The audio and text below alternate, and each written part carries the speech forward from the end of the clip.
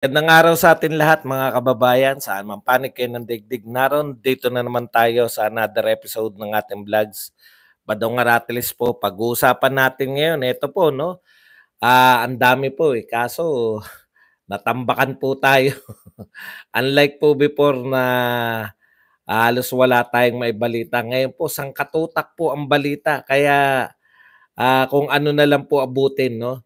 Ito po, meron po tayong po resolution ng HOR.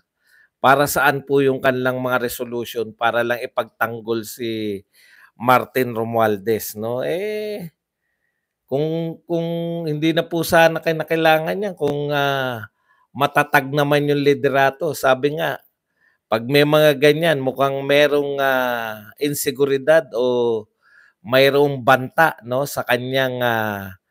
ah, sa kanyang liderato diyan sa Kongreso kasi parang hindi ko maintindihan talaga kung bakit po nila kinakailangan maya't mayang may mga resolution na ganyan.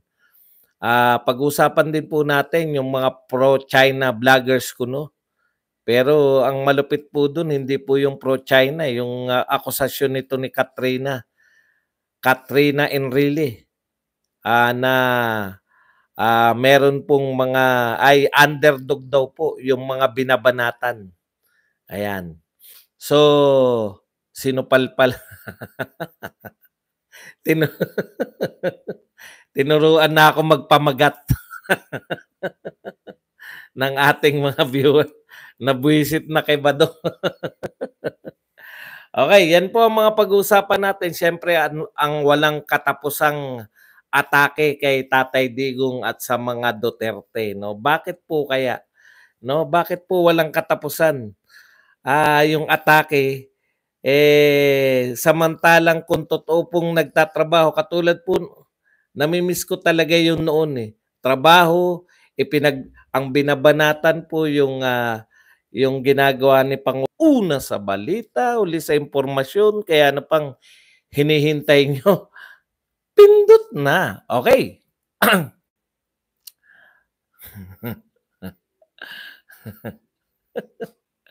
Ano daw? Kundi uwi ako ng Pinas. Finally, a logical vlogger, kundi at babati. Ano daw? Okay, pag-usapan po natin, no? Unahin po muna natin tong sa HOR. Nagugulat po ako, bakit po kinakailangan talaga ng HOR na maya't maya nila na nagpapapirma sila na resolution. Tingin ko ano yan eh, checking ng, hindi po checking ng attendance, yung loyalty check, no? Maya't maya po. Kasi ano po makikita namin diyan ng pangkaraniwang mamamayan? Parang sinusuportahan namin si Martin Romualdez. Wala po kaming mahihita kung makakita kami ng resolution. Ano pong gagawin namin? Susunod din suportahan din namin kasi mga congressman sinusuportahan siya. Internal lang po 'yan para lang sa kanila 'yan, 'di ba? Ang malupit nun kaya nagre-react po yung Senado. Actually, nagre-react lang sila. Wala naman rin po, malambot talaga. Ito reaction ko lang napakalambot po opo. Tama po narinig nyo, kayong mga senador. Ang dami nyo po individually, panay po kayo maangas, pero collectively, minamaliit po kayo ng House of Representatives. Ano yung sabi ni Senator Amy? Na kayo, lang bisa na yung Senado. 'Di ba? Mawawalan na kayo ng bisa. Takan-taka nga ako sa inyo, hanggang reaction lang kayo. Wala ba kayo talagang gagawin? Sila pa yung umaangal, yung HOR pa, no? Yung atake daw sa kanila yon at kawalan ng respeto sa parliamentary. Actually, yung ginagawa nyo, yung PI, yung pagsuporta nyo sa PI at yung pagtanggil nyo o yung PI na mismo, yan po yung pambabastos mismo sa interparliamentary.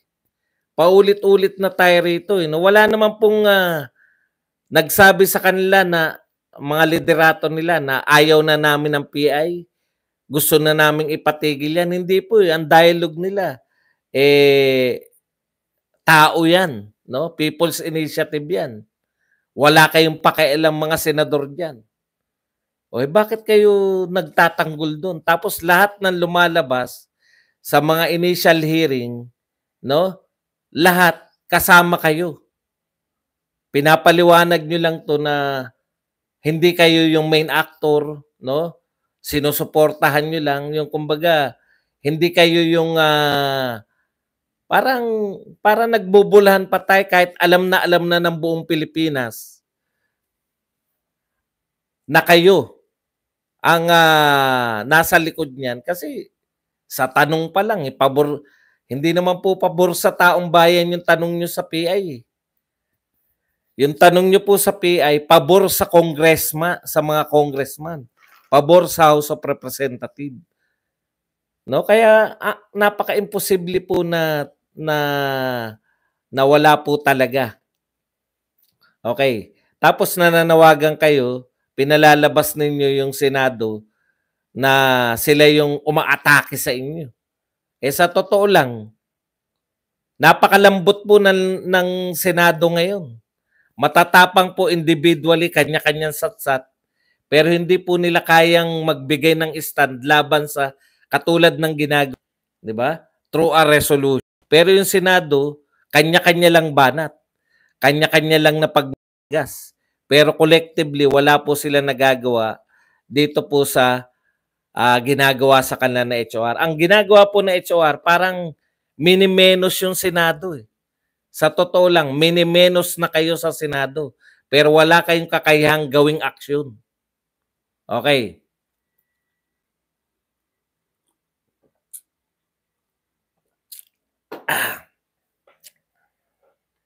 Punta po tayo dito sa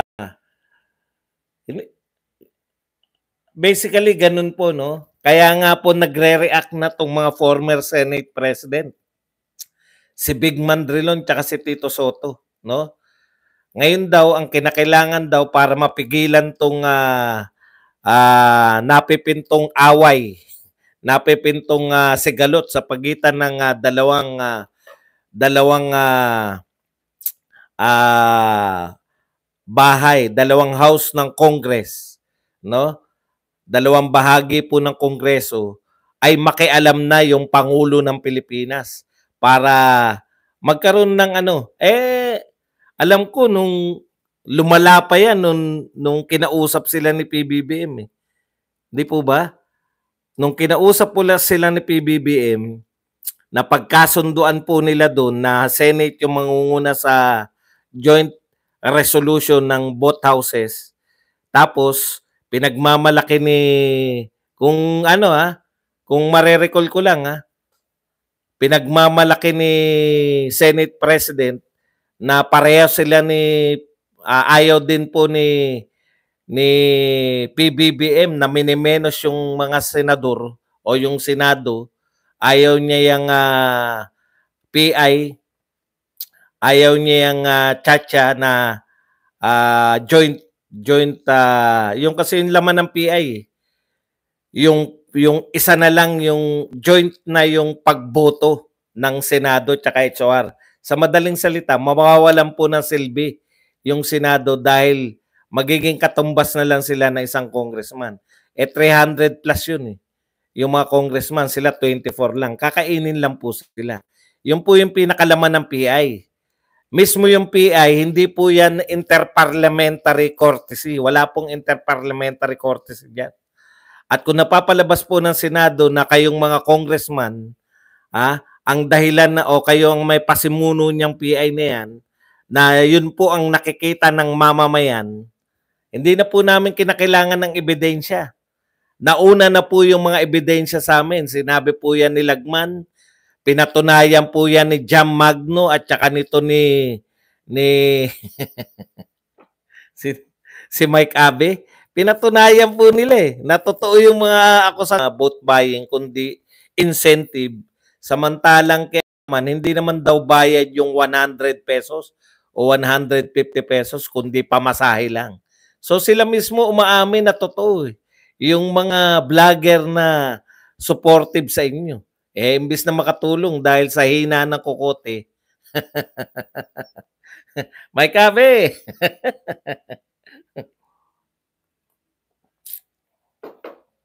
Hindi ganong kasarapan yung aking kape ngayon dahil ano na ako eh, hindi na po ako nagte 3 in 1. Kape na lang, wala nang asukal, wala nang gatas.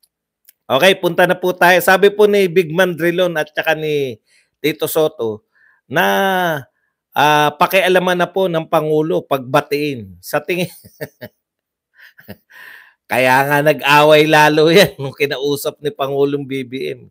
Para nakakasanayan na po namin dito sa Pilipinas, hindi ko alam kung taga saan kayong dalawa. Warrant of arrest ni Digong nirelease na, sabi ni Mark Lopez. Alam niyo po si Mark Lopez. Una kasi meron akong hinala dyan kay Mark Lopez. Lagi na hindi ko po kinakantya Duterte yan. Kaya lang sa siya na wala na siyang pakialam, basta makauna lang. Ganun po yun. Total, kanina pa sagot na sagot yan. Maghintay lang po kayo, hindi po tayo nagpapatiuna. No? Pag meron na po, tsaka po tayo magre-react. Kasi gusto niyo na ako mag-react eh. Baka kayo din yung nagpapasa. Alam niyo po, ganito po, no? Ingat po tayo mga vlogger, may mga nakikinig pong vlogger dito. Marami po nagpapadala ng mga, anong tawag dyan? Ng mga kwento, no? Sa akin lang po, araw-araw eh. May mga nagpapadala po ng video, may mga nagpapadala po ng impormasyon, no?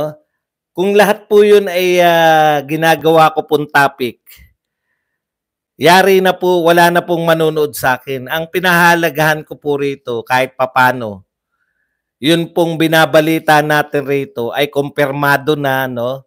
Hindi po tayo nagpapakaya nga huli sa impormasyon tayo, okay lang eh. Okay? Kaya tigil na po muna yan. Yung kasasabi nyo na meron ng warrant of arrest, meron ng warrant of arrest, meron ng warrant of arrest.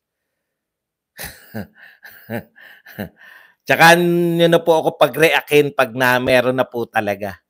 Nakakailan na po yan si Mark Lopez. Tansya ko dyan, pinadadalan niya ng mga unverified information. Napansin nyo ba? Siya lang yung ganun lang po yun eh. Mahirap pong pangatawanan yan. Lalo na mainit po sa amin ang lahat. Naintindihan nyo? Gusto nyo po ba magpatiuna ako? Ibalita ko yung wala kong impormasyon? O di ikaw, dun kayo sa mga una sa impormasyon, wag po kayo rito. Kung yun lang po ang gusto nyo, yung una-una, hindi po ako una sa impormasyon. Pasensya na po kayo. Iba pong vlogger yung gusto nyo, yung nagpapaunahan. Ako po, gusto ko po, pinangangalagaan ko na dito, sinusuri po natin yung totoo na. Kung may warrant of arrest na, tsaka natin talakayin. Di po ba?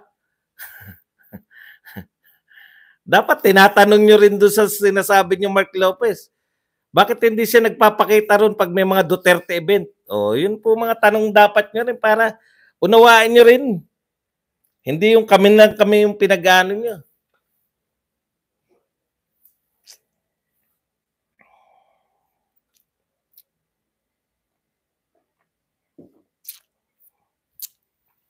Okay na tayo. Pwede na tayo rito sa inyo pong insist na yung tinatalakay na yun yung tatalakayin ko. Di po ba? Okay, punta na po tayo rito. Mga pro-China vloggers daw, sabi ni Katrina na Enrile. Alam po ninyo, kayo po ay tao ng gobyerno, no? Ma'am Katrina Enrile. Kayo po, kasi alam ko kung bakit ganyan eh. Magagaling po yung mga Duterte vloggers. Kapanipaniwala po yung mga sinasabi. Ito in general na natin mas magaling po yung mga Duterte vloggers kaysa sa mga naiwans na BBM vloggers. Di po ba? In general. Kumbaga yung mga pinakasikat nila ng BBM vloggers, BBM and Tambaluslos vloggers, mas magagaling yung mga sikat na, hindi ako, wag niyo na ako sama. Kasi henyo ko, iba yung kategory. Sa mga sikat-sikat lang, mas magagaling yung mga sikat na Duterte vloggers kaysa sa mga sikat na BBM vloggers. Kaya po, para mamenos po, kasi kung vlogger versus vlogger, o nunungkulan eh. Pwede naman po talaga nila, kung paramihan po ng vlogger, baka mas marami pa vlogger nila eh. Pero ito po, mas marami po yung viewership ng mga Duterte vloggers eh.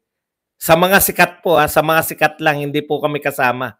Ibig ko sabihin, sila Banat Bay, sila Sas, sila Atty. Trixie, to si Maharlika, no?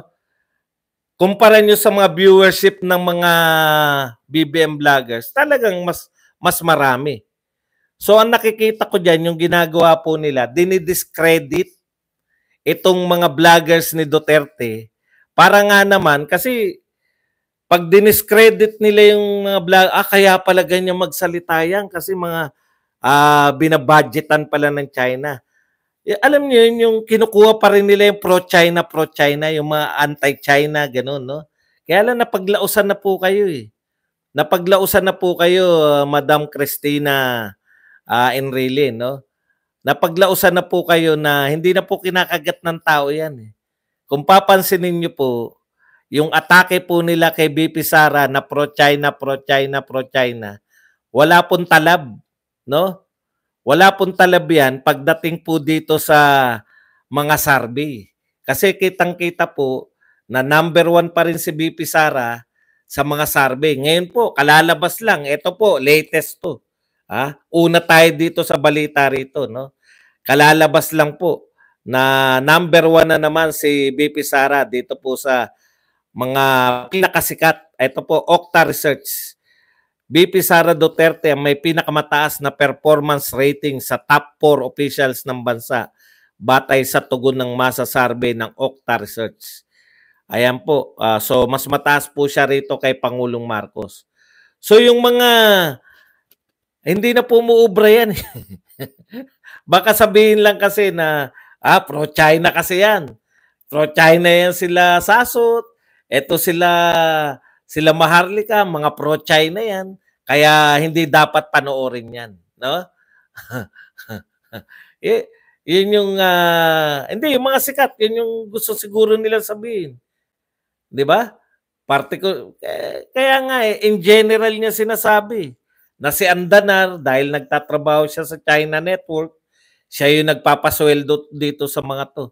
Ako, ang payo ko lang, no, Madam Katrina, nasa gobyerno po kayo, hindi ko naman po pagdududahan, really kayo. Malamang marami kayong intelligence. Di ba? Pwede nyo naman po, kung talagang gusto nyo silang sirain, imbitahan nyo sila. Meron naman siguro kayong clout dyan sa Kongreso para magkaalaman na po. O sama na rin natin si Pulong. Kasi walang katapusan yung 51 billion ni Pulong. Nagtataka nga ako, walang gustong mag-imbestiga sa inyo. Mahihilig po pareho sa investigasyon ng HOR. Sabi nga sa inyo, yun lang sinabi ni Ka Eric na merong budget na travel budget si Martin inimbestigahan nila. Ito pang 51 billion. Magkano ba yung budget daw ni Martin?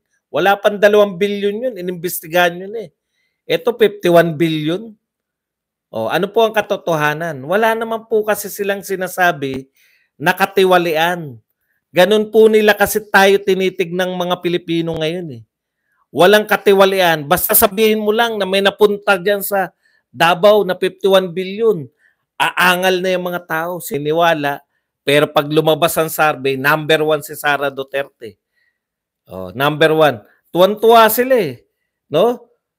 Yung kinakantsawan nila meron pong survey dito na pinapakita. Ito, 59% satisfied with Marcos admin. Kita nyo na, satisfied naman pala 59%. 59%. Tapos okay lang yun Ibig sabihin, pinalalabas nila, majority ng tao satisfied Ano yung sinasabi niyo na ayaw na ng tao kay ano? Tignan niyo nga si Sara, babanat pa sa mga Duterte. Alam niyo po, ipagmalaki niyo lang kung 59% si Bongbong Marcos, ipagmalaki niyo lang. Alam niyo kung bakit? Huwag niyo na idadamay ang Duterte. Kasi si Pangulong Duterte, nung huling survey niya, 81%. Napakalayo po ng 59% sa 81%. Kaya wag niyo na idadamay yung Duterte, sabihin niyo lang na gusto pa rin ng mga tao si BBM. Pero pag dinamay niyo pa yung mga Duterte para lang ipagmalaki si BBM, aba 81% po si Duterte. Katitingin ko lang eh. 81%. Ipagmalaki nyo lang, wag nyo nang ikukumpara yung mga Duterte. Akala kasi nila makakalimutan natin na mahal ng tao si Pangulong Duterte. Akala nila, pag nagsalita sila ngayon, ang dali lang po mag-research. Oh. Ilan ba si Duterte nung huli niyang survey? 81%. Oh.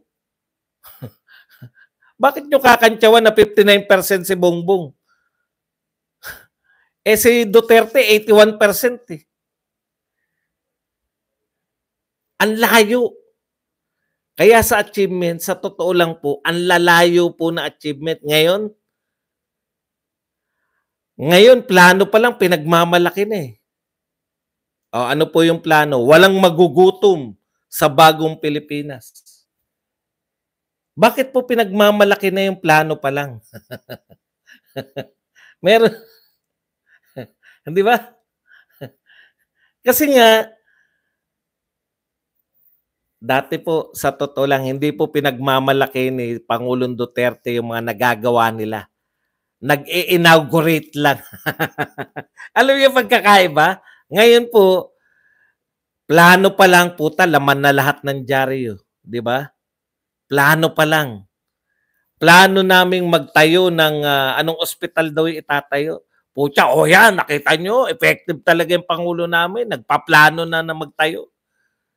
Nung panahon ni Duterte, wala pong announcement, binabalita na, inauguration na ng Bicol Airport, inauguration na ng port na ganito, inauguration na ng Skyway, inauguration na ng mga netong Cebu, Candaba na internet.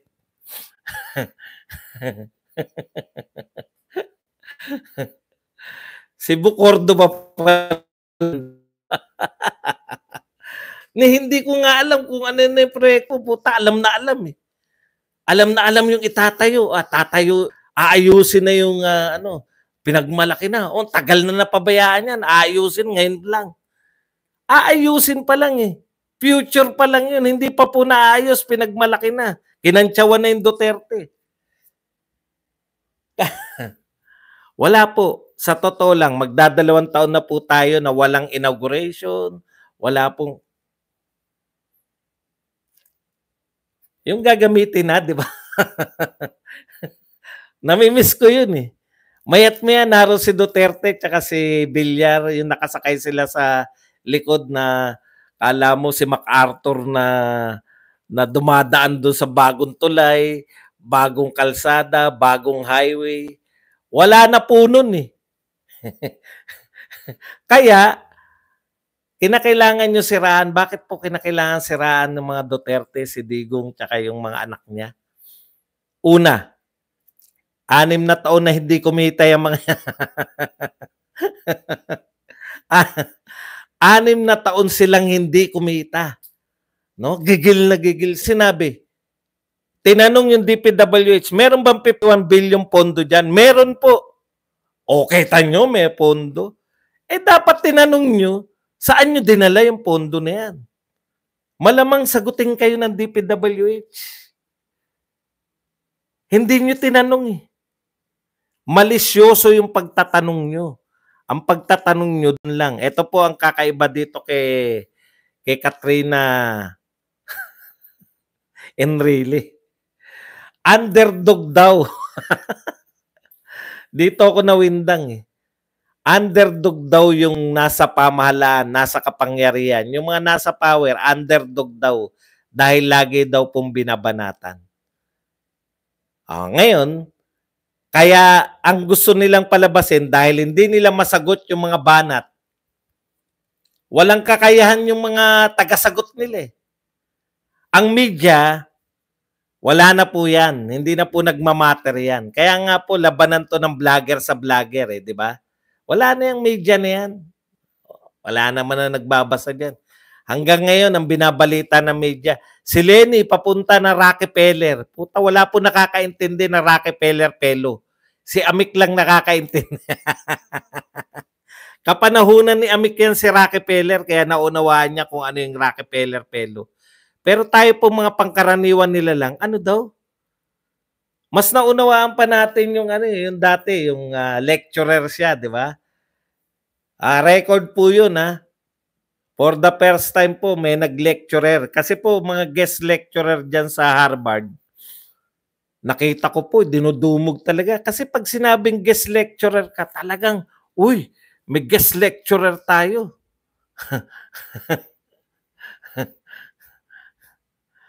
Ayan po, umamin po si, kasi meron akong nabasa din na balita, sinabi ni Enrile na noon daw mga bata sila, yan, mga anak niya, mga gumamit din ng droga. Ayan. Sabi ko, naku, hindi ko pwedeng ibalita yan. Malamang pakana lang yan. Marami pong pakana ngayon eh. Maraming papainan ka lang. Pucha, nakita ko dito, sagutan ni Enrile, tsaka yung isa eh. Buti nga, umaamin kami. Tsaka yung operational word dyan, youth, nung kabataan namin.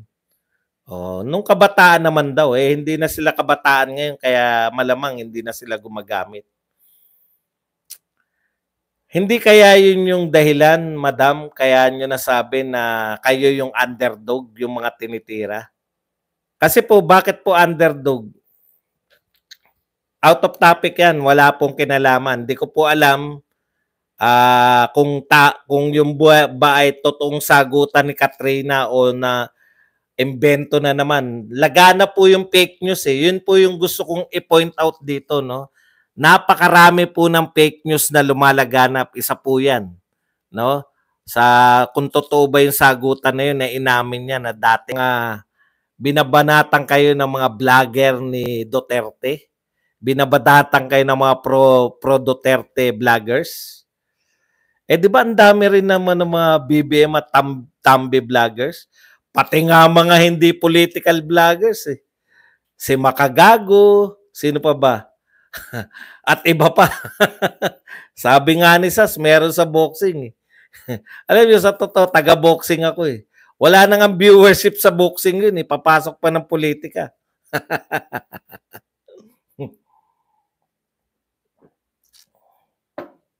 Okay. Bakit po magiging underdog kayo? 'Di ba? Kayo yung nasa kapangyarihan, kayo yung underdog. Alam niyo kung bakit? Naniniwala sila na yung mga Pilipino, sinabi niya rin eh, mahilig kumampi sa underdog. Kaya ang ibig niya sabihin, kampihan niyo kami kasi kami yung underdog dito. Kampihan yung mga nasa sa totoo lang po, mas marami pong bumibira kay Pangulong Duterte. Kaya lang, mas kapani-paniwala yung mga nagtatanggol. Biruin nyo, ganito bumira yung mga yan. Bumabaha sa Davao Region at sa Caraga. Nasaan yung 51 billion? Kita nyo. Nasaan yung mga Duterte? Naghanap ng Duterte, hindi hinanap yung Pangulo. Kami nga hindi naghanap. Yung mga taga Mindanao, ganito katwiran ng mga taga Mindanao eh. Hindi nga kami naghanap ng Pangulo ng Pilipinas, kaya na namin to eh. Hindi po sila sanay na sila po ay pinupuntahan ng Pangulo. Tapos kayo pa yung nananawagan na yung mga vlogger pa nananawagan, nasa ng Duterte habang bumabaha. Naroon po yung mayor, no? Hindi lang po minimedya. Bakit po? Ang tanong nga, bakit hindi minimedya yung mayor ng Davao City? Akala kasi nito, mga tanga nga eh. Akala nila yung Davao City, sakop niya yung buong Davao region. Sakop pati yung Caraga. Mahihina sa geography. Offline, mahihina lang talaga. Ganyan po kay kabugok yung mga ano nyo, yung inyong mga vloggers. Nakakahiya na maging supporter ng mga yan. Hindi naman si Duterte, nakita nga namin yun, inaalalayan ng umakyat sa stage. Inaalalayan ng bumaba. Pero bilib ako, mag-iisang oras na nag-speech na nakatayo. Pag nag-speech, buhay na buhay. Yung sinasabi mo, Montulpo, na si Duterte paulit-ulit at hindi na alam kung ano yung sinasabi. Malinaw na malinaw po. Manood ka ng speech. Baka ikaw ang lumulutang habang nanonood ka kay Pangulong Duterte. Nag-i-imagine ka. Pero si Pangulong Duterte, Montulpo, malinaw yung kanyang mga speech. Napanood namin, hindi mo kami mapaglalalangan. Okay. Pero mahirap din naman po, sa totoo lang, mahirap din naman yung pinapakita ng ating Pangulo na parang wala na silang pakialam. Habang may landslide, nanonood ng concert, naka-helicopter, binanata ng buong mundo. Sikat eh. Sumikat sa buong mundo eh. Biro mo yung nabinanatan siya dahil nag-helicopter. Wala na po. Nung tinanong po siya, unmissable yan eh. Yung media naman natin, yun pala unmissable. Wala na. Samantalang si Tatay Digong, hanggang ngayon, ang tinatanong yung lintik na jet ski. Nag-jet ski ba? Nakatapos na ng 6 na taon, 81% yung huling approval rating. 81% ibig sabihin, ang taas po. Gustong-gusto ng mga tao. Satisfaction rating ni Duterte, 81%. Tapos ang hanapin nyo, nag-jet ski ba?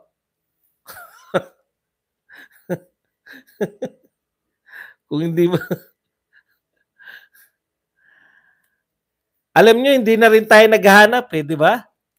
Nagtataka rin ako sa mga kakamping Katdilawan. Bakit hindi... Si Tatay Digong, nauna na rin yung mga nagtatrabaho na po yung NDR-RMC pag may mga sakuna. Ngayon po, wala nang pinapakita nagtatrabaho. Si Martin na lang. Salamat po kay Martin. Putya, salamat kay Martin. Nagbigay ba ng pera si Martin? Hindi po. DSWD pinamigay. Di, salamat sa DSWD dapat. Project, kulelat pa rin.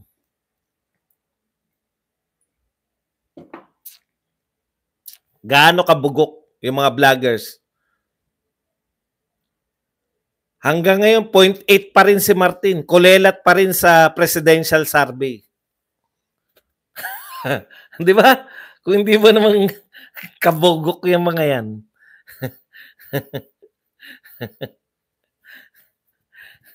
Okay.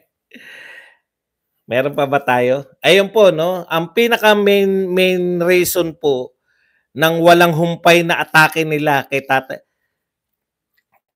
Sila araw-araw umatake. Ilang beses lang po nagsalita yung mga Duterte. Sa totoo lang. Isa-isayin po natin. Si Pulong, dun ko lang nakitang nagsalita sa 51 billion. Isang beses lang, dun po sa rally.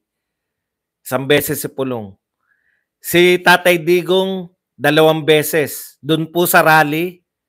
Tapos yung sinagot niya yung fentanyl issue. Si Baste, 2 beses. Doon sa rally. 2 beses sa Duterte. Isang rally lang, tenodo na nila. Hanggang ngayon, sumasagot pa. Hanggang ngayon, kinakailangan pa rin nilang sagutin lahat ng mga binato ni Tatay Digong. Lahat ng binato ni Baste. Pati ni Pulong. Ngayon, sinasagot pa rin hanggang ngayon. Kasi hindi rin nila kayang sagutin ng isahan eh. Alam niyo kung bakit? Loading yung mga utak eh. Nasa ng Duterte. Ganun lang ang kaya nilang pansagot eh. Bumabaha, nasaan ang Duterte? Ay, may baha sa Mindanao. Ay, may baha sa Davao. Naku, kasalanan ng Duterte yan. Puputok po yung bulkan ng Mayon. Kanino pong kasalanan? Hindi yan kasalanan ng mga politiko. No? Hindi kasalanan niya ng politiko sa Bicol. Kasi natural calamity yan. Pero pag sa Mindanao, kahit sa ang parte ng Mindanao, pag nagkaroon ng natural calamity, Duterte yan, taga Mindanao yan, taga Mindanao yan. Ganyan. No? Bakit ganyan tao? Mag-isip yung mga followers. Nanonood sa mga bugok eh. Duterte pala may kasalanan ng baha. Puta. Ako, ilang taon po ako, sa totoo lang, 8 taon po ako nag-aral ng kolehiyo. Ganun ako kagaling. 8 taon ako bago nakagraduate. Umambon lang sa Maynila, bumabaha na sa recto eh. Pero wala pong sumisisi sa, sino bang presidente ngayon? Sino bang mayor ng Maynila? Puta sa, nagsanib yung hanging amihan tsaka low pressure area.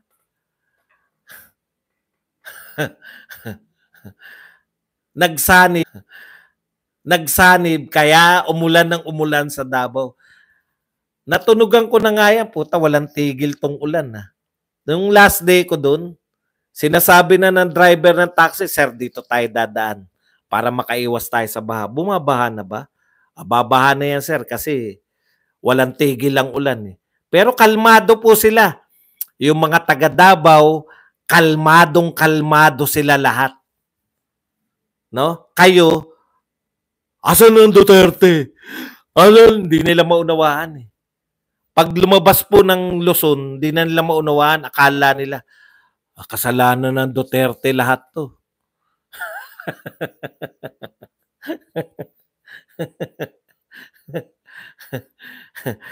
Okay, tanungan portion na tayo. Bakit pa ba't ditong mabasa ako sa